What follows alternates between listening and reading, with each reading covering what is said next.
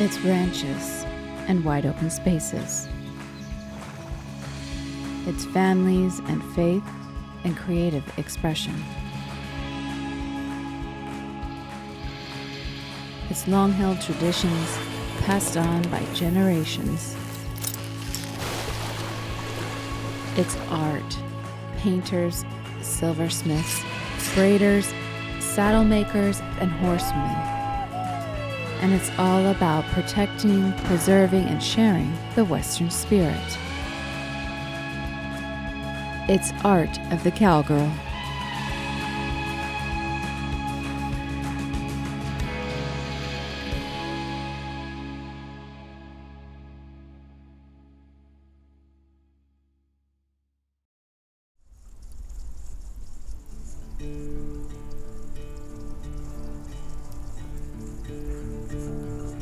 So we bought this wood cook stove probably 10, 15 years ago. I love cooking breakfast on it. It's such a beautiful way to start the day. And Kurt always has the fire going before I get up.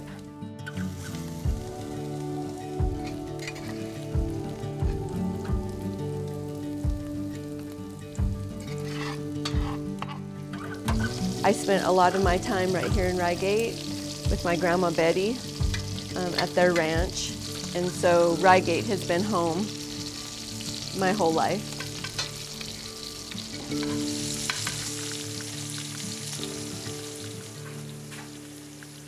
Kurt's grandma and my grandma, they were the true frontier women. You know, they cooked, worked on the ranches with their husbands. My grandma and Kurt's grandma sewed for everyone, made all their clothes. My grandma taught me to paint, to sew, to cook. So I really admire that.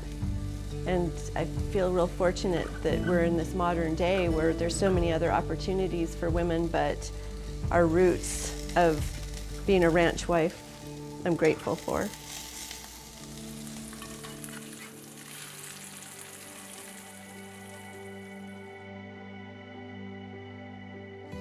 We have a son, Ryle, and our daughter, Mesa, and raised them pretty much horseback. We were working on a ranch when the kids were little, and we were always together.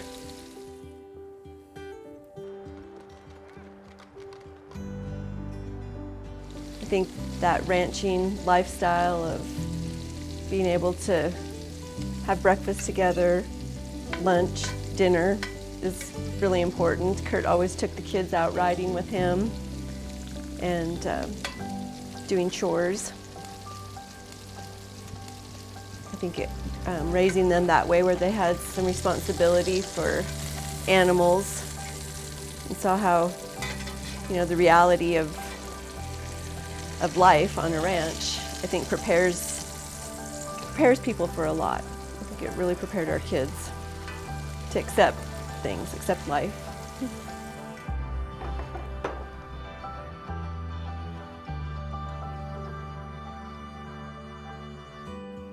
Kurt has a saying, live like no one else so you can live like no one else. And we really have. That's something I really wanted to help young women do, is live a unique and different life.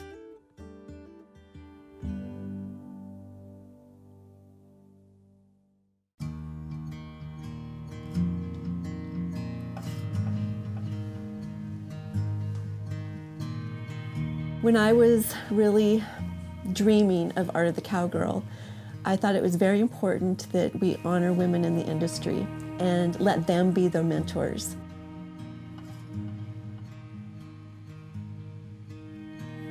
What I see is women who are skilled, who are professionals in their fields, people who are so accomplished in their arts of handling horses. They want to pass along the experience. They want to pass along that knowledge. That's how it is in ranting. You pass that tradition along. That's how people learn. Being able to shoot film and actually go through the darkroom process where you set up the chemicals and the enlarger and you do test prints, and it really kind of reignited my passion for photography at a really fundamental level, being able to start with the basics and go back to film. The whole idea of experienced women coming alongside of us that are wanting to get started and get going in our businesses, and learning from all of them, not just in the fine arts, but I can learn from saddle making and the silversmith. I just think it's brilliant.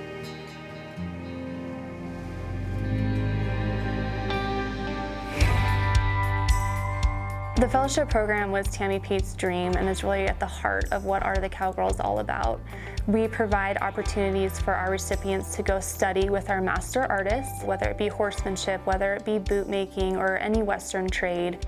They're in their studios, they're in their shops, they're in their horse barn, not only gaining an incredible amount of skills, but also building themselves personally and their businesses.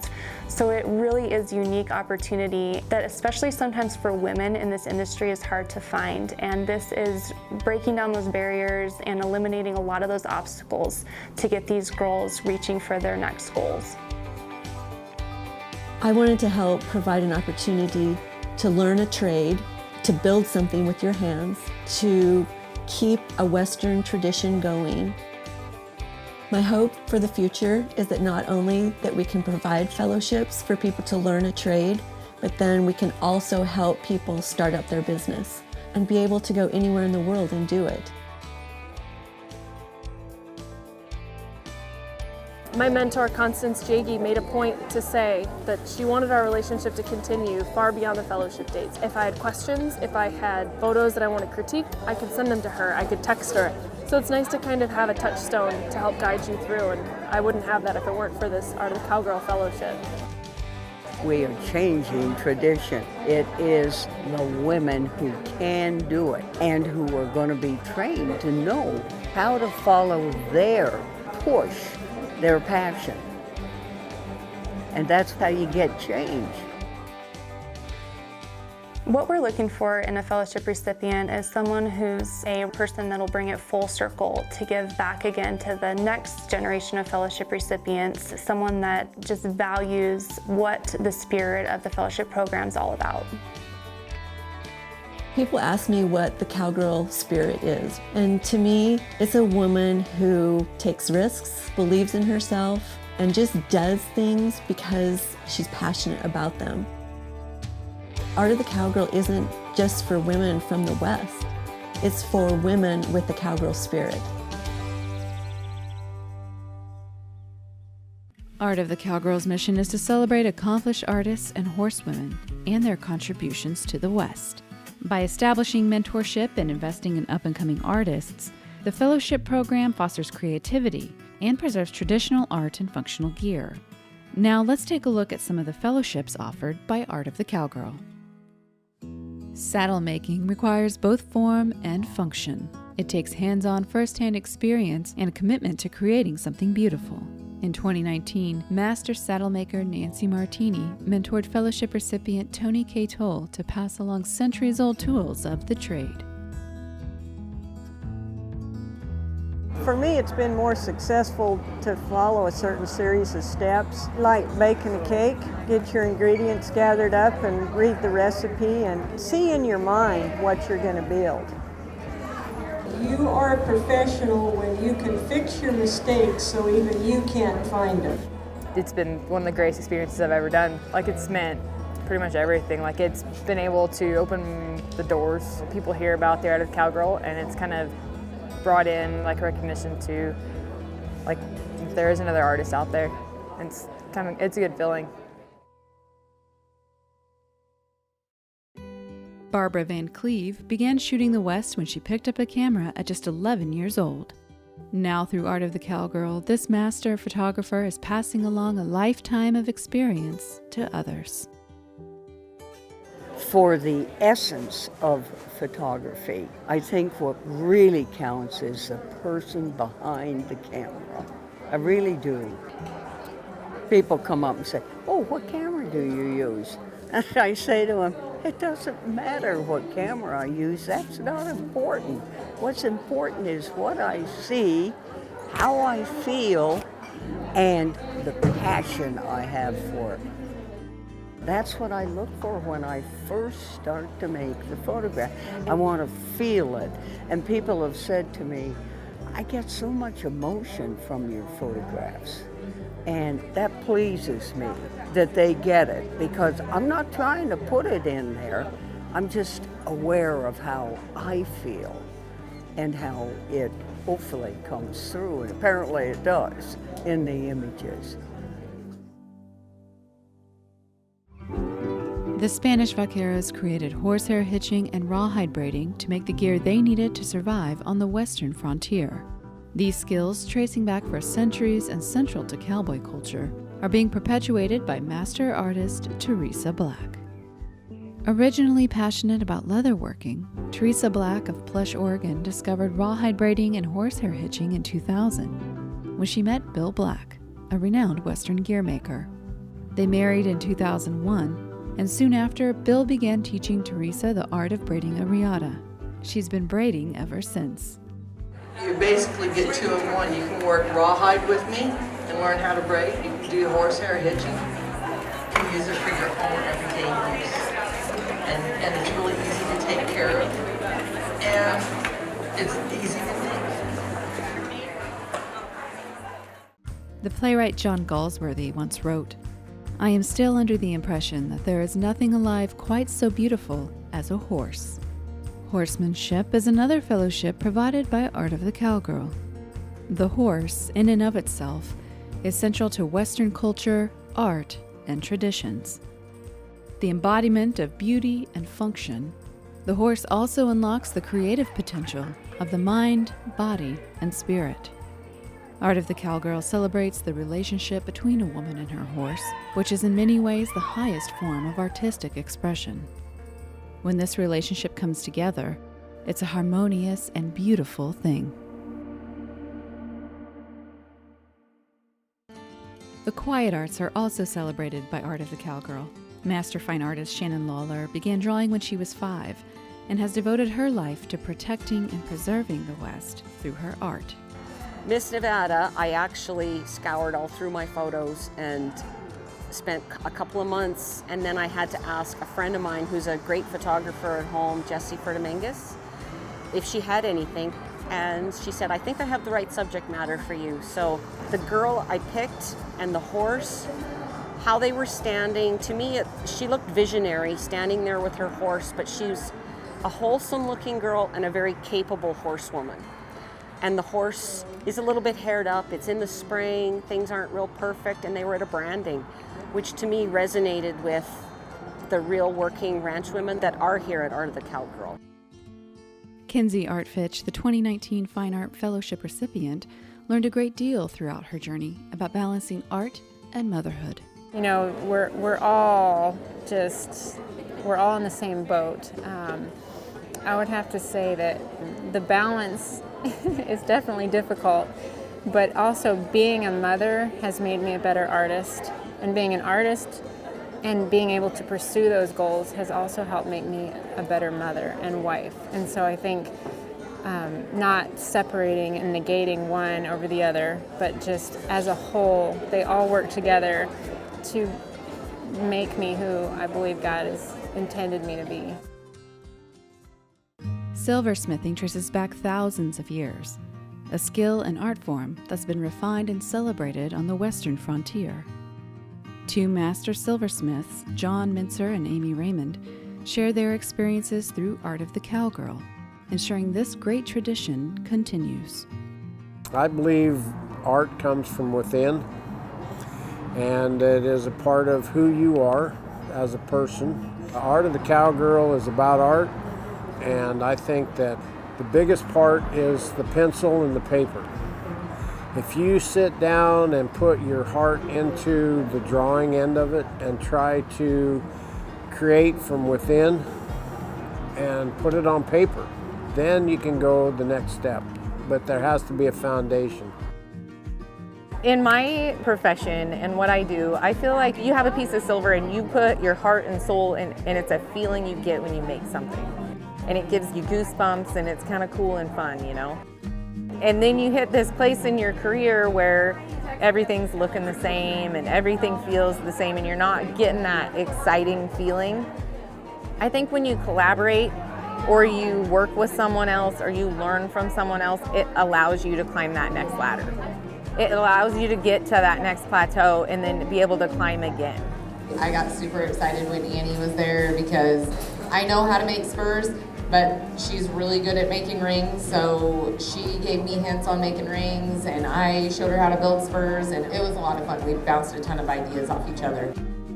So I think collaborating and working with other people, even teaching. Teaching will allow you to learn and do and be someone that you didn't know you could be.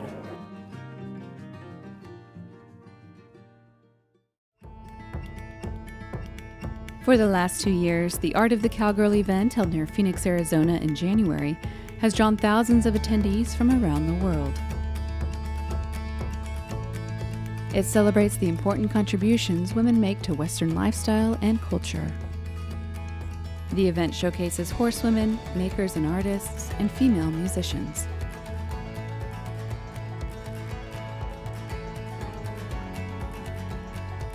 Its trade show supports dozens of vendors, most of them small female-owned businesses.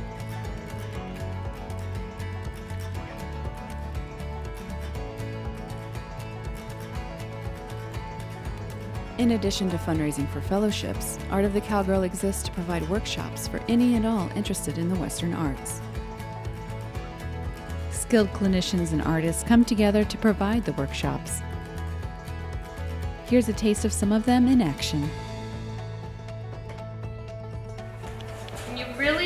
The one thing I've noticed when I do a class with lacing is people don't pull it snug enough.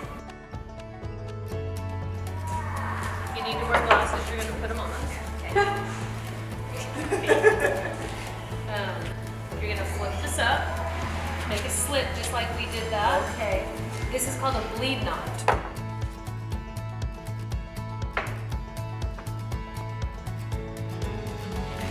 And asking for a stop. If you don't get the stop, then I would just put the gas in the corner and work on that around here stop. Boy, see how them ears fold back? It's like I'm paying attention when those ears fold back. Well, that was a real good example of that balance being over here.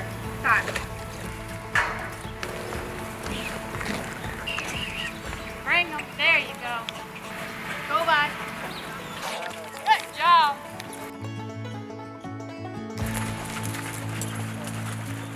Rope them. Trot them.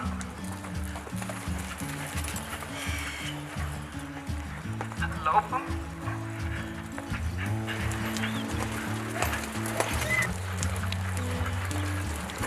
Trot them. Change direction. Rope them.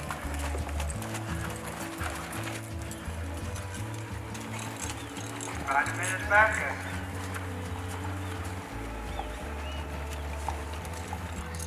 So there's lots of good in that exercise. What we want is to get them to where they'll wait till we ask.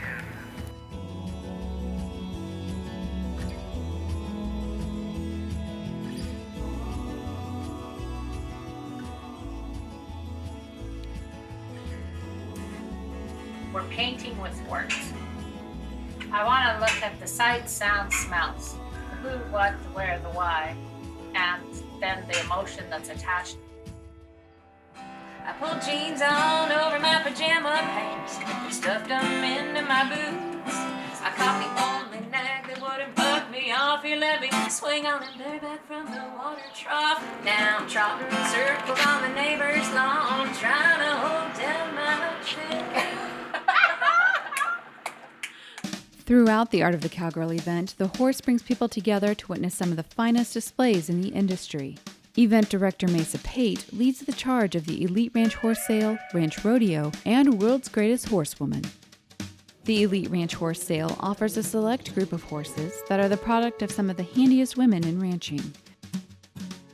By exhibiting hard-working horses that have been exposed to a variety of situations, the highest quality prospective mounts are provided to potential buyers. In the days leading up to the weekend, dozens of teams compete in the ranch rodeo preliminaries to gain a shot at the finals. There they compete for the title of the Art of the Cowgirl Ranch Rodeo Champion.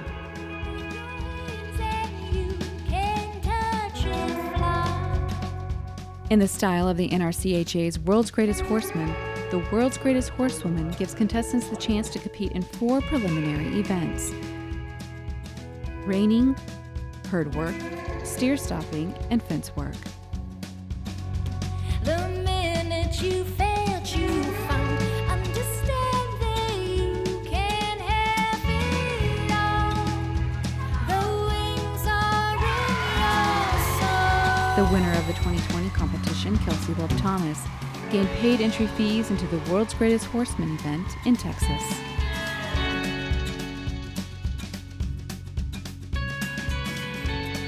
Heralded by matriarchs in the industry, Art of the Cowgirl has become one of the keystone celebrations of the West.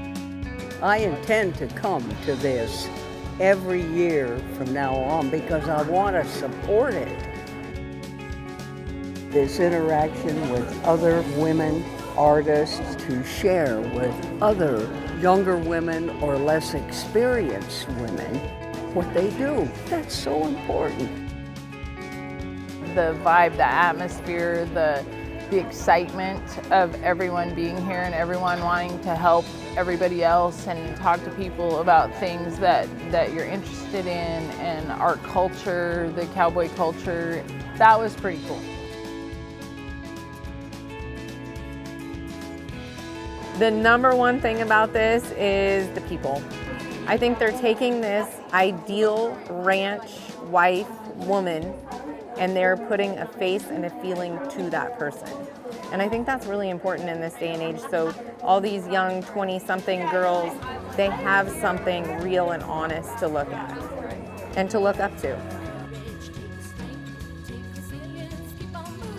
On many levels, we're all stewards of the West, and I especially feel passionate about sharing my craft and helping someone else to bring them forward and keep the West alive. I feel a sense of responsibility to do that.